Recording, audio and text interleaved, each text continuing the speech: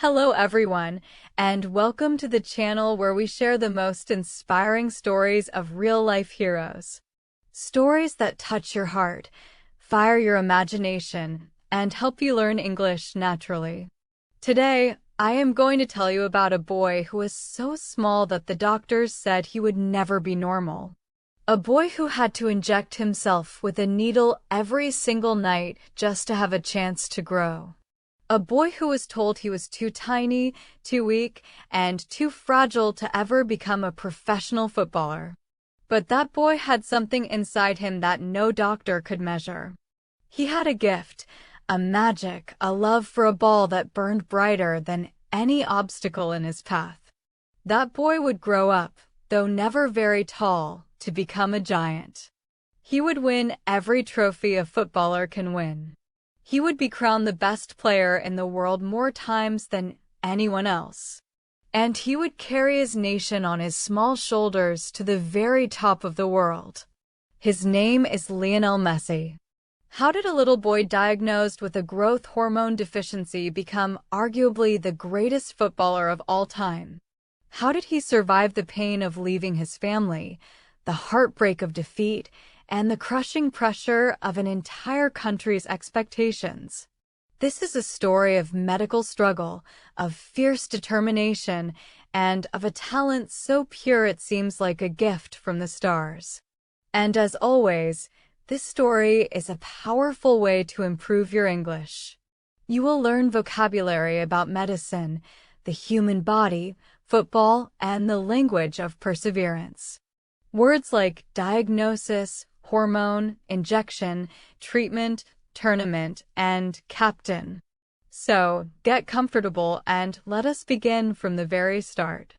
Lionel Andres Messi was born on June 24, 1987, in Rosario, a bustling port city in Argentina.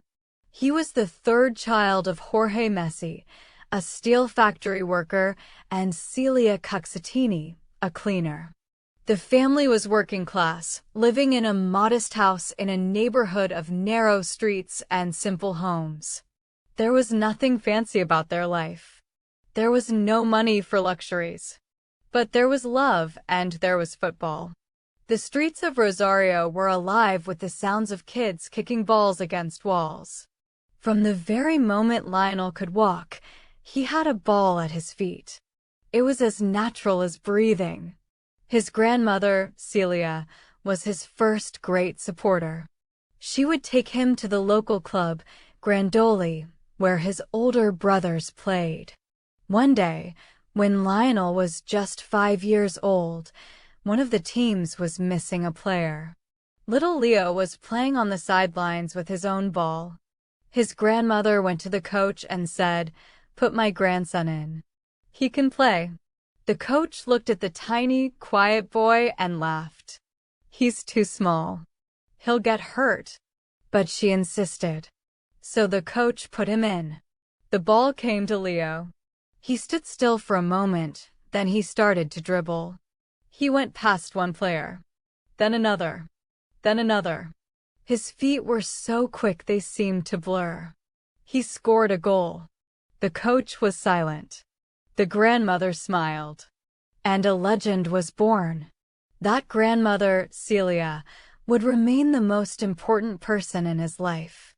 To this day, Messi points to the sky after every goal, dedicating it to her in heaven.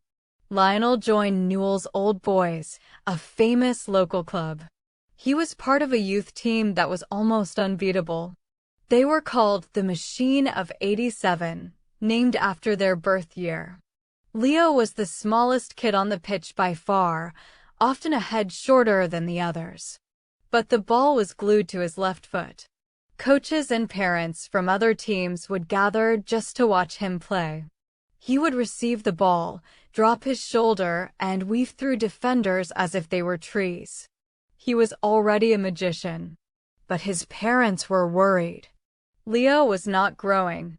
At the age of 9, he was the size of a 5-year-old. They took him to the doctors. The tests came back with a shocking diagnosis.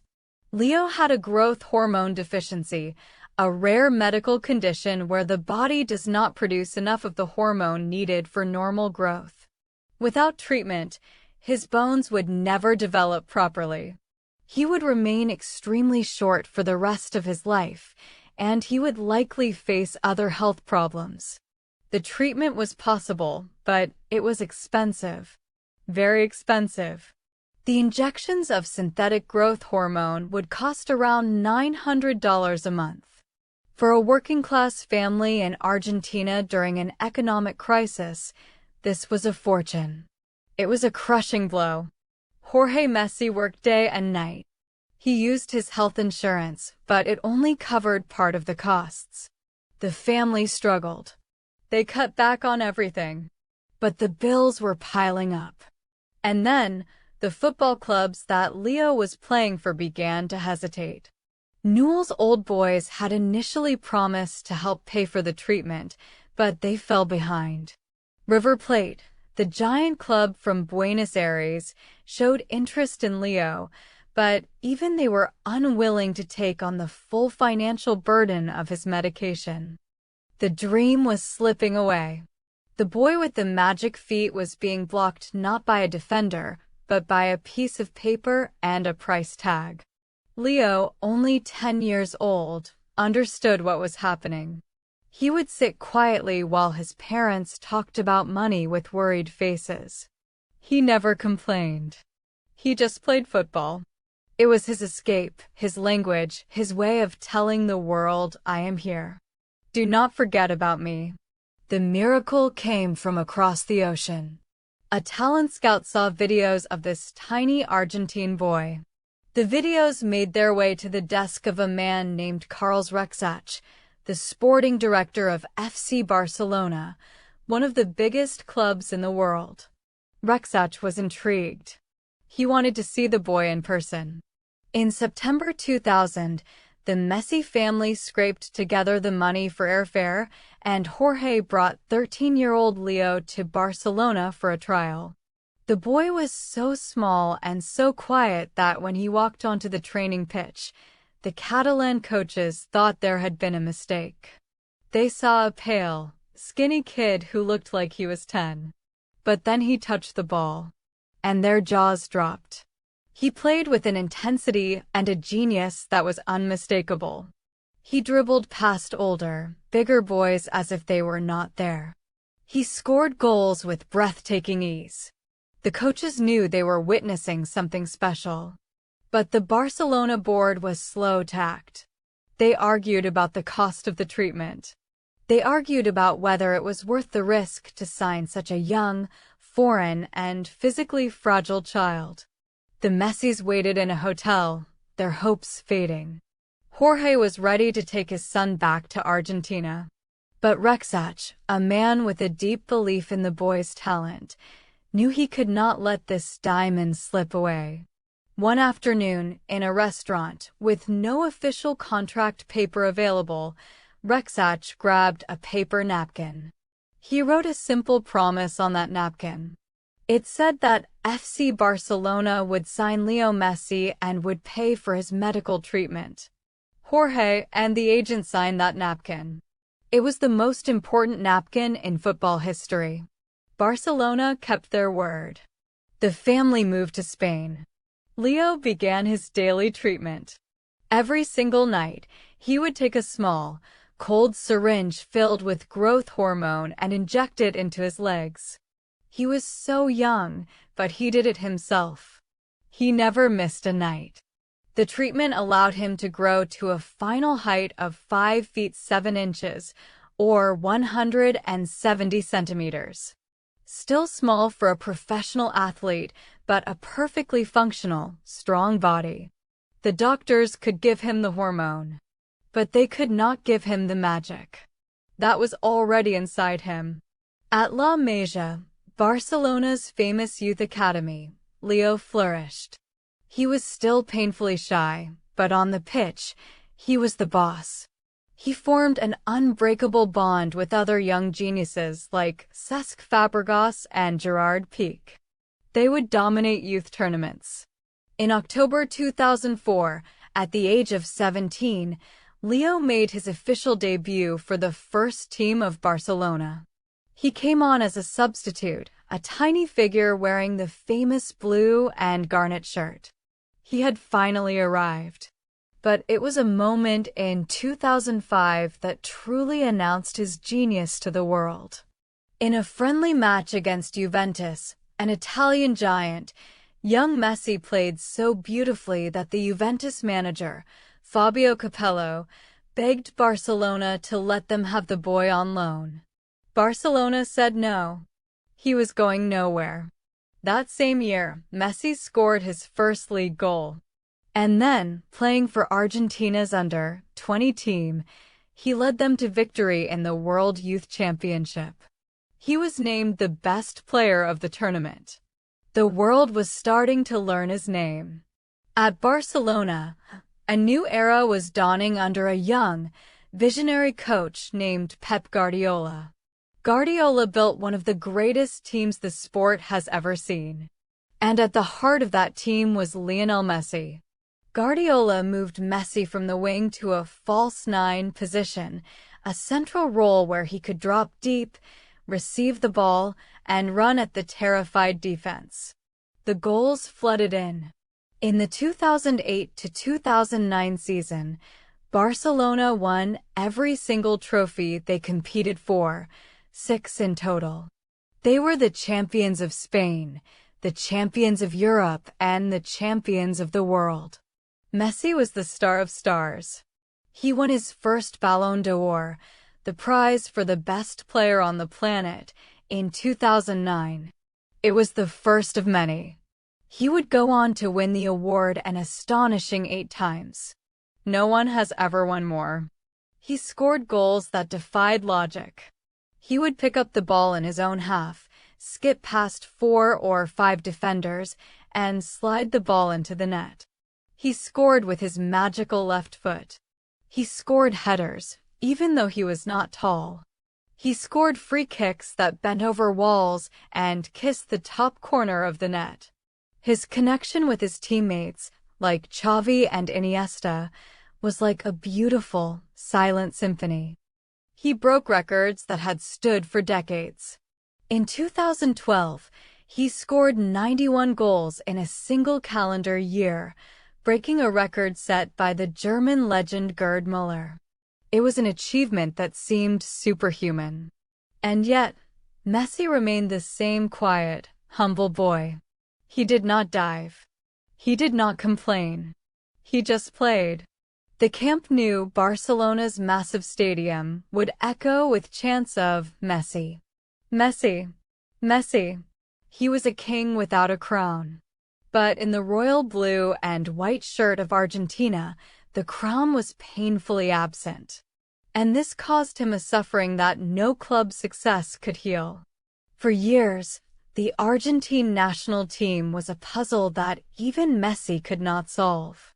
There was immense pressure from the people of Argentina.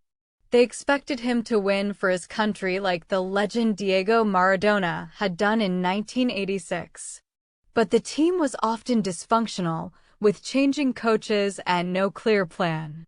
In the 2014 World Cup in Brazil, Messi dragged Argentina all the way to the final.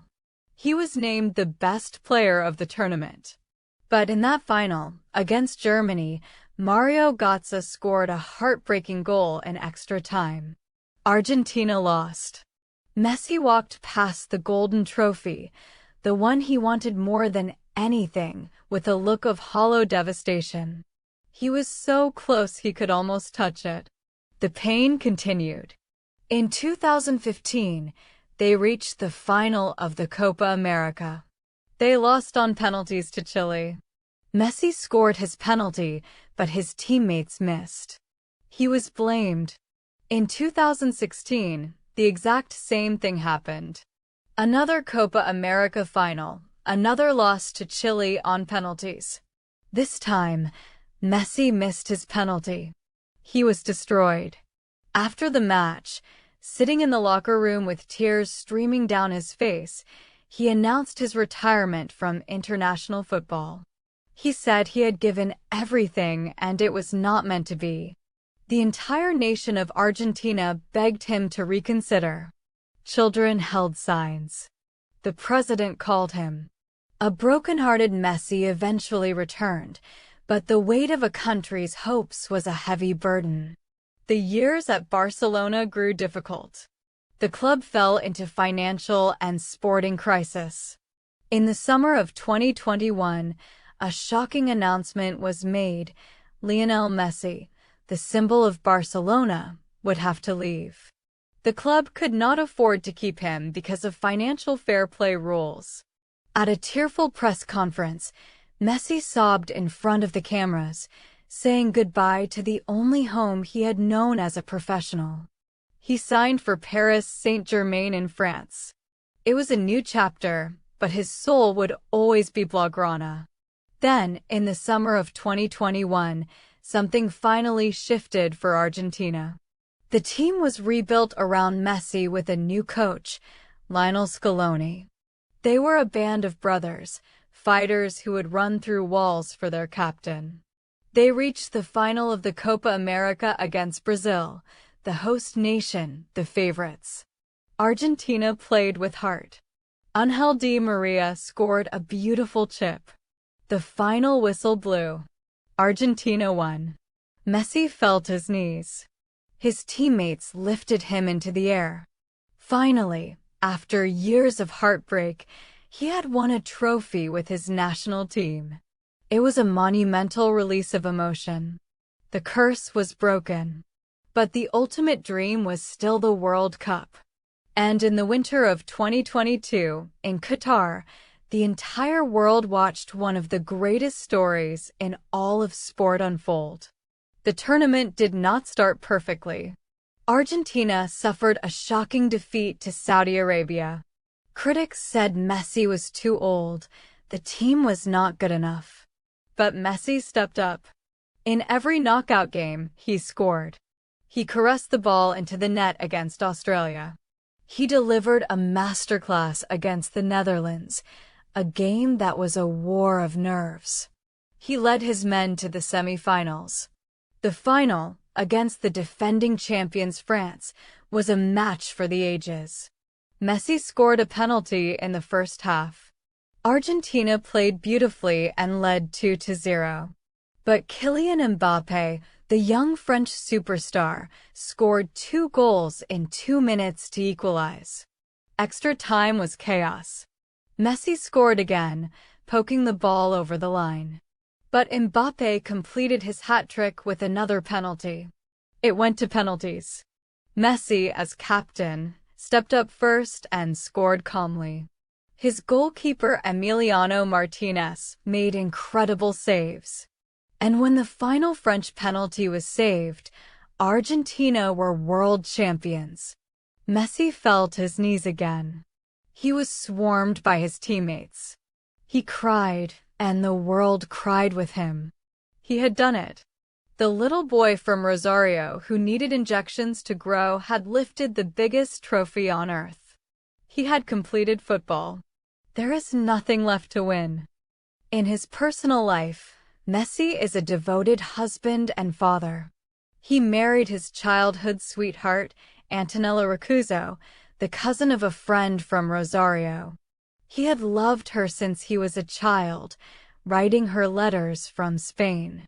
They have 3 sons, Tiago, Mateo, and Ciro. After the World Cup win, videos showed Messi and Antonella dancing with the trophy in the locker room, their sons wearing replica shirts.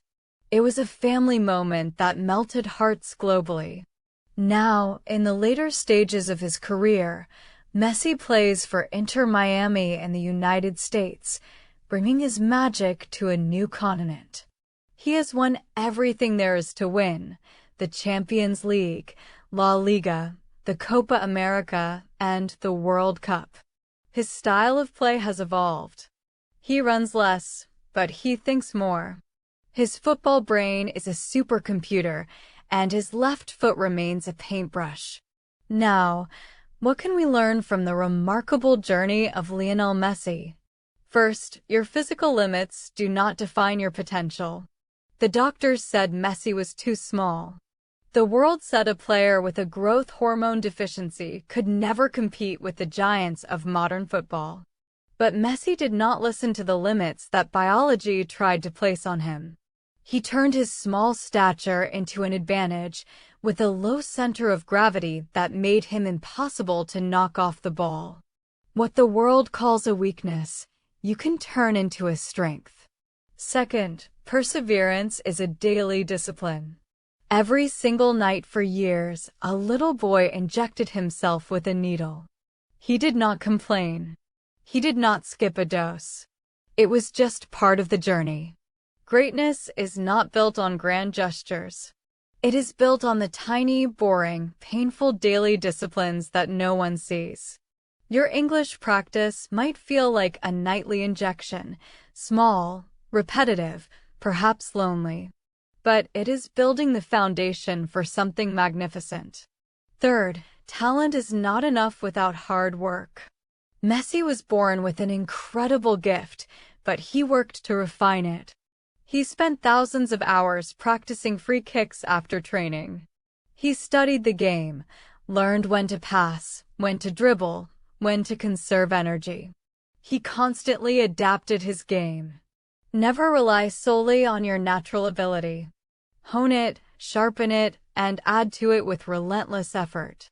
Fourth, failure does not have to be the end of your story. Messi lost a World Cup final. He lost 2 Copa America finals, missing a crucial penalty. He was so devastated he wanted to retire. But he came back. He kept fighting.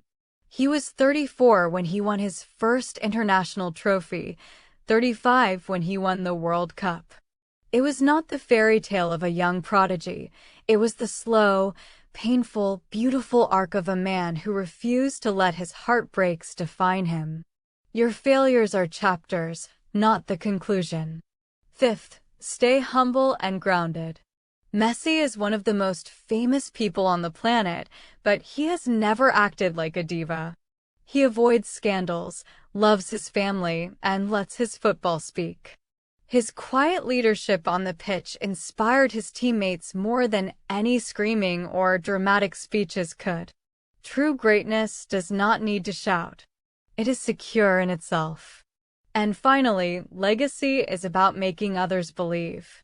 When Messi lifted the World Cup, he did not just win a trophy for himself. He gave a gift to millions of Argentinians, to the children who dream in the narrow streets of Rosario and around the world. He proved that the impossible is possible. Your journey of learning English, of chasing your own seemingly impossible dream, is not just for you. It is a beacon of hope for everyone who sees you trying. Lionel Messi once said, "I start early and I stay late, day after day, year after year. It took me 17 years and 114 days to become an overnight success." And he also said, "You have to fight to reach your dream. You have to sacrifice and work hard for it." You are fighting right now. You are sacrificing your time and your comfort to learn a new language. It is a long road. Some days will feel like extra time and penalties. But one day, you too will lift your own trophy. You will speak with confidence, connect with people from other cultures, and open doors you never thought possible.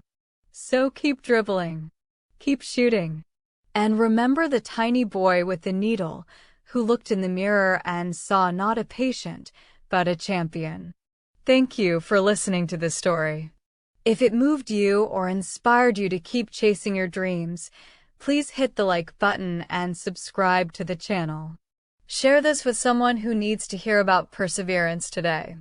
And let me know in the comments, what moment of Messi's career touched you the most? I read every comment. Until next time, keep playing your beautiful game and never let the world tell you what you cannot do. Bye for now.